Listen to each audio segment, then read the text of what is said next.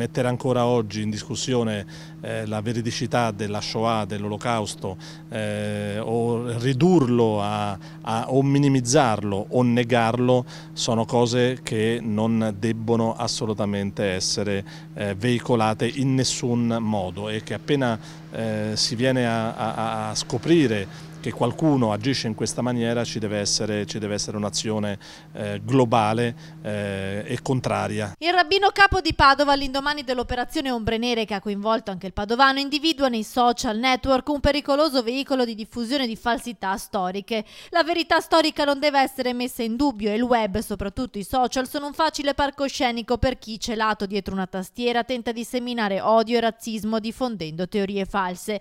Per il rabbino non può non essere preso in considerazione anche l'ambiente sociale in cui gravitano e si formano questi personaggi, convinti sostenitori del negazionismo. Il terreno è quello proprio dell'ignoranza, della non conoscenza e della scarsa capacità critica.